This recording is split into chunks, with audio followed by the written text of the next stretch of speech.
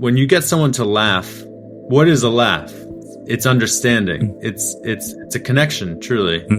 And when you can get someone to laugh, you can bring them in. And then you can say through a creative message what the data is trying to tell you and what our anecdotal qualitative data tells us, which is your smartphone is making your life more stressful, sadder, more manic, less you.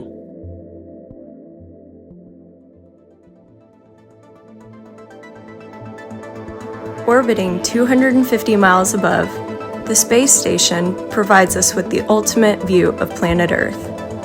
From this perspective, we ask our guests to engage with 6 questions that orbit around wonder and stories of hopefulness. For the next few minutes, this is our Wonderspace. Welcome to the 146th episode of the Wonderspace podcast and our first episode of 2025. My name is Steve Cole, and over the past 4.5 years, I have asked the same 6 questions to inspiring people from around the world. Questions that orbit around wonder and stories of hopefulness. Before I introduce our guest this week, here is another 1-minute wonder from our friends at Ask Nature, who are part of the Biomimicry Institute. Plants, like animals, breathe. Unlike animals, they take in carbon dioxide and give off oxygen. They also release water vapor that can even cause visible wisps of clouds to form above forests. This taking in and giving out occurs mostly through tiny pores on leaves and young stems, and each pore is controlled by 2 guard cells. Environmental and chemical signals such as strong sunlight and higher than average levels of carbon dioxide inside the cell can cause the pore to activate. In response to these signals, the guard cells take in sugars, potassium, and chloride ions through their membranes. This high concentration of substances attracts an influx of water as well. As the guard cells fill up, they take on kidney bean shapes, creating an opening between them through which gases can move between the plant's interior and the external environment. In turn, excess loss of water through the pores, such as during a drought, triggers chemical reactions that signal water and ions to leave the guard cells. The pair of cells deflate, becoming again like 2 balloons that fall flat and close up the pore. For this Wonderspace episode, we orbit around Brooklyn in New York, which is the home to our guest, Dan Fox, a trained clown, comedian, actor who is using all this energy to creatively fuel a company called Lightphone. They are on a mission to give us back our most precious commodity, attention. I hope you enjoy this orbit with myself and Dan. Dan, it's great to have you on board a Wonderspace orbit today. So, are you someone who on flights chooses a window seat for the views, or are you more of an aisle seat kind of guy? I'm an aisle seat guy. I like being able to not only get up whenever I want, but the power you have over the people sitting in the middle and the window. Here we go. It's intoxicating. They have to ask you, and you can allow them, or you can simply say, I refuse to get up, and make them sit. Nice. That's so good. Yeah, it's a real power play, and I'm obsessed with power. So, so here we go. So Dan, from this imaginary window seat on the space station with a panoramic overview of Earth, our first Wonderspace question is: if we could do a fly past over any part of the world that is significant to you, which place, city, or country would it be, and why? We would fly past, which I think is a British term, but we would fly past Lake Sylvan in upstate New York, a place called Hopewell Junction. It's where I went to summer camp from ages 10 to 20. And It's a very special place, near and dear to my heart. And the sunsets over that lake are just unparalleled with any that I know. Brings back a lot of memories. My mom went there. My uncle went there. Wow. And camp is where I became who I am today. So it would be a bit of a visiting of a past self into current self. Nice. What a great start. Dan, I am intrigued as to how you're going to approach our second question, as I know there are so many branches to your professional tree, but here goes. So Dan, give us a glimpse into your life story so far with an emphasis on what you're doing currently. Yes. So I'll start with something that changed my life, which was in college, I joined an improv comedy group. And the reason I did was because the guy who initially started the group became a producer at the Colbert Report. And basically I saw a poster near my apartment that said, "Do you think you're funny? Come prove it." And I was a cocky little guy, so I decided I'm in, and absolutely fell in love with it, just head over heels. And then I ended up getting that internship, and at the internship, I was able to pitch a story that was actually on the show that night. Wow! And I asked all the writers at the show, "How do I, get this job now that I'm like on the level?" And they're like, "Well, you're not, but what you're going to do is get a restaurant job and take comedy classes at the Upright Citizens Brigade Theater in New York." Wow. So I dutifully followed that for the next several years, and was doing all this work, making comedy videos, trying to become a famous comedian. And this was 2010 to 2015. In 2015, I had an epiphany while at a concert at Radio City Music Hall in New York. And what happened was I wasn't sober, and I was in awe of the lights, and it was sort of a psychedelic band. And the tragedy was that the tickets were expensive. I wasn't making that much money, and I really wanted to be present, but I literally couldn't see the stage because everyone was holding up their phones filming. Wow. And in that moment, I had the quite literal example of phones getting in the way of things I love. Mm. And I was able to extrapolate that out. And this was 2015. Social media was different. It wasn't as ad driven. It still felt more like a community, but even then I felt something was wrong. Mm.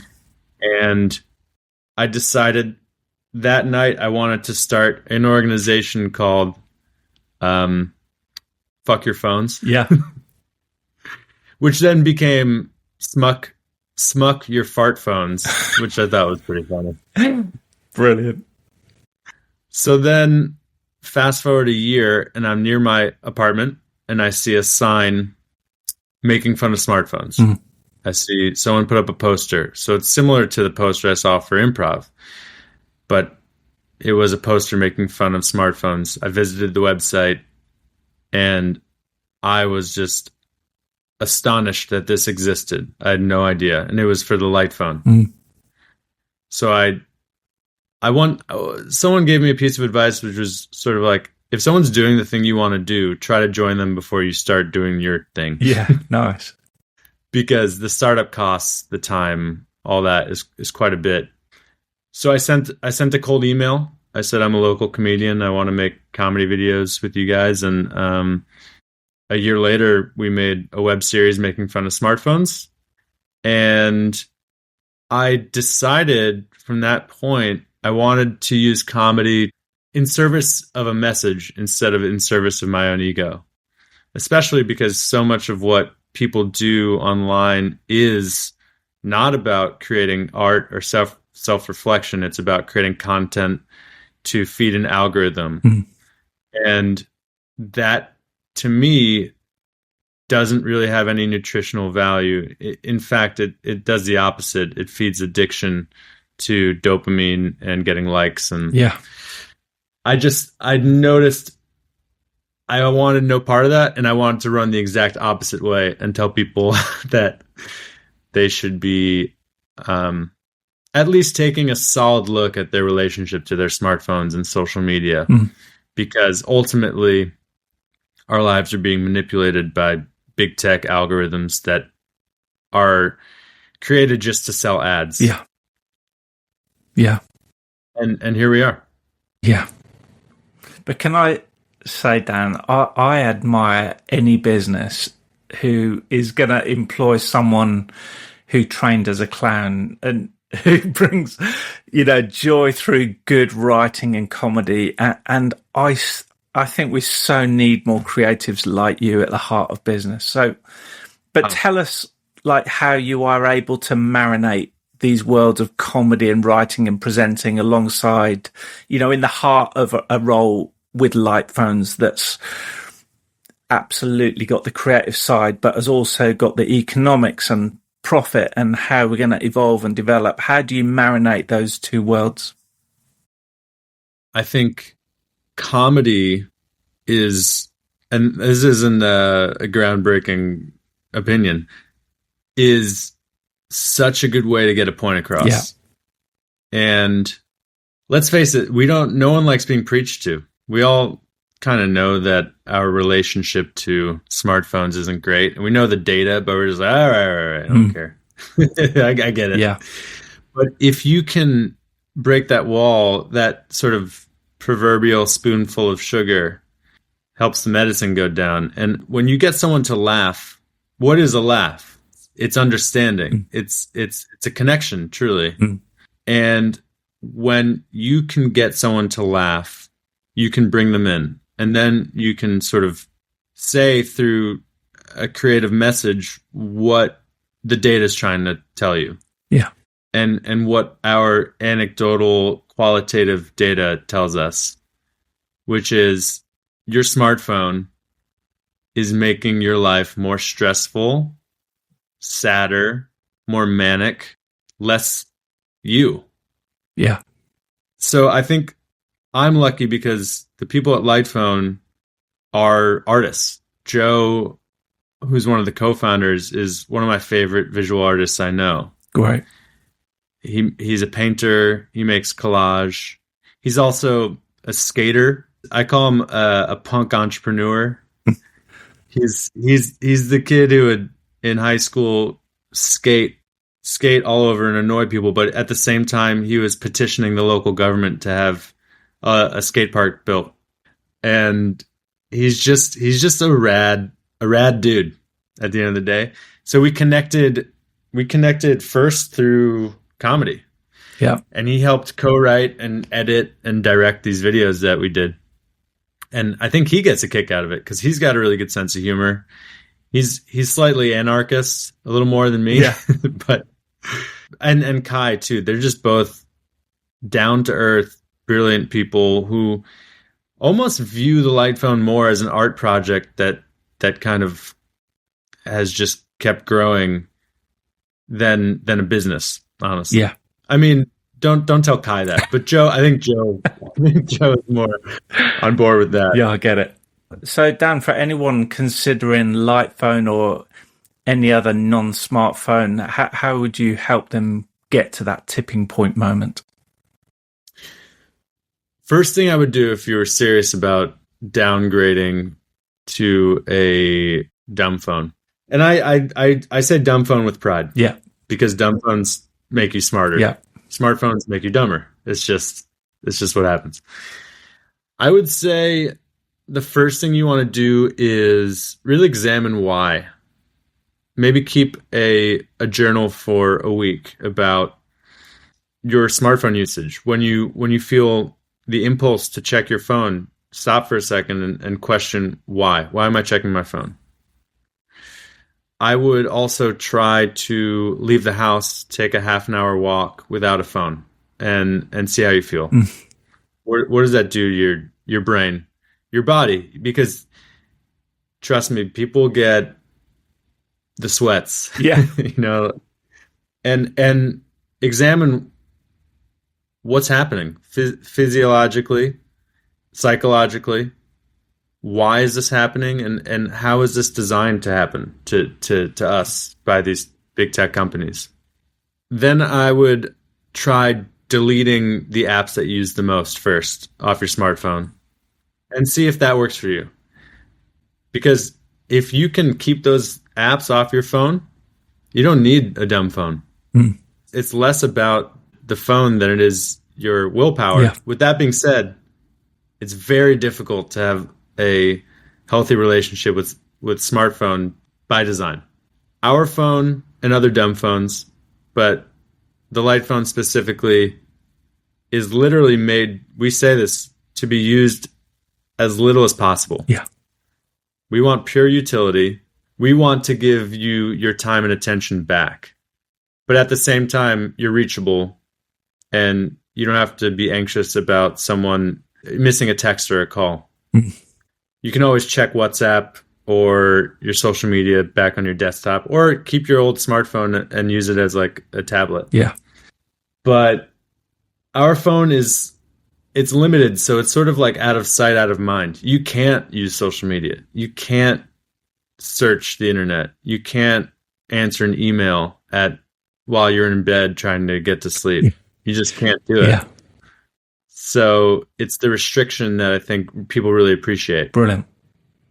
So, Dan, living and working in the city that never sleeps, where is your place of reset or recharge? I have a couple, but the first thing that came to mind is my rehearsal space with my band. Nice. Because there's something about being in flow with others that is so recharging for me. And it's this beautiful reset. I think it's about the energy flow, honestly. And it's quite pure in that moment. I also bike all over the city, and sometimes when I'm biking, I feel so one with the bicycle itself and my surroundings. And then there's a Russian bathhouse, which is pretty fun. Brilliant. Whereabouts is that? Is that in Brooklyn? No, there are several. Yeah. There's one by Wall Street. It's called Spa 88. I'll give a shout out to Spa 88. Right.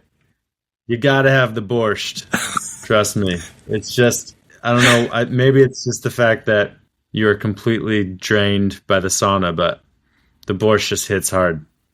Right. That's brilliant. And what wonder of the natural world excites you the most? I'm obsessed with the moon. It connects me to space in a way that feels very visceral. Yeah. I've had moments looking at the moon where suddenly I'm standing to my younger self and I'm talking to myself and telling myself that I love you.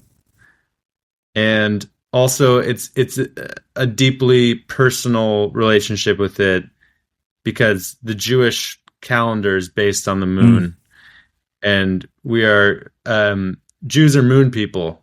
I don't think enough people know that. The Jews are, and I'm not practicing. I'm not very religious, but it's just such a cultural thing for me and my family. Amazing. So, Dan, we have 2 more questions. I'm loving this. Our 5th question takes the focus onto someone else and asks, what is your hopeful story that's not your own about a person, business, or non-profit who are doing amazing things for the world? So who would you love to give a shout out to today? I'll give a shout out to my friend Tara, who created an organization in Kansas City called KC Tenants. And what she's done from a grassroots level is give people power they didn't know they had. She helps people fight against shitty landlords, and she does it with enthusiasm, intelligence, grace, and she makes it look effortless when I know she's toiling just incessantly. But in order to fulfill this ideal she has about people working cooperatively together to fight together, and what happens when these strangers who span demographics, political ideology, age, sex, gender, everything. What happens when the house is not divided? When people can come together and look at each other and treat each other as humans and fight against corporate greed and negligence. She could be leading a Fortune 500 company as a CEO because she's brilliant and super motivated, but she's doing something that is often thankless. Yeah. And for a fraction of what she can be making. But the human connections, the human stories, and just the love that she's creating. Because love is not just a noun, it's a verb. Yeah. Yeah. I think she's one of the best I know. And Tara, Casey Tenants, check it out. Amazing. Yeah. Dan, this has been such an inspiring orbit. But as we draw our time to a close and prepare to re-enter the Earth's atmosphere, what insight, wisdom, or question would you like to leave with us? There's one piece of advice that my friend's dad gave to me that I just find myself sharing quite a bit. It's, you can only connect dots looking backwards. Yeah. You can't do it forwards. And I think it's so important to listen to your gut and your intuition and not discount it because it feels scary or weird or different. There's something about intuition that is deeply human and animalistic and transcends logic. And I think it's when you feel that bit of intuition inside you and you listen to it, I think that's truly living, in my opinion. It won't always turn out in your favor, but it's sort of the thing with living with fewer regrets. And then just practical advice. I think being a good communicator, showing up when you say you are going to show up, and doing what you say you're going to do will get you further than you think. Yeah. It's simple, but not easy. Yeah. Yeah. Here we go. Dan, thank you for engaging with our 6 questions in such a brilliant way. For people wanting to find out more about you, find out more about the Light Phone, where is the best place to go? I'd say the best place to go is my website, which is just danmaxfox.com. And for the Light Phone, thelightphone.com. Great. And are there things emerging for the new year that you're able to give us the lowdown on? So we have the Light Phone 3 coming out early 2025, which might change everything. It might change everything because we're going from quite a niche product to something that could be widely adopted. Yeah. There's a lot of question marks, but I've sort of freed up things to make sure I can react and respond to whatever happens. Yeah. Hey, that's exciting. Good place to be. It's exciting. It's a little daunting, but I feel honored to be part of this organization and couldn't ask for just a kinder, more intelligent group of people to work with. So brilliant. Dan, this has been great. Thanks for bringing joy through your creativity, for helping us to re-wonder, and for sharing your stories of hopefulness. I really hope 2025 for you personally and for Light Phones is a truly epic year. I really hope that.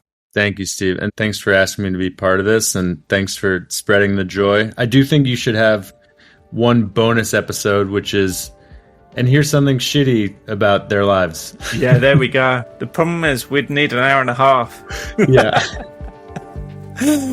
Thanks, Dan. It's a pleasure, Steve. Thank you.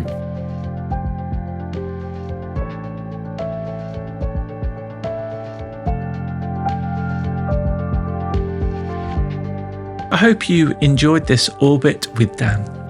The transcript, together with all the organisational links, can be found on Dan's episode page at ourwonder.space. Finally, I want to draw your attention to a new networking platform that we have launched to enable everyone to engage with our fifth question on Wonderspace.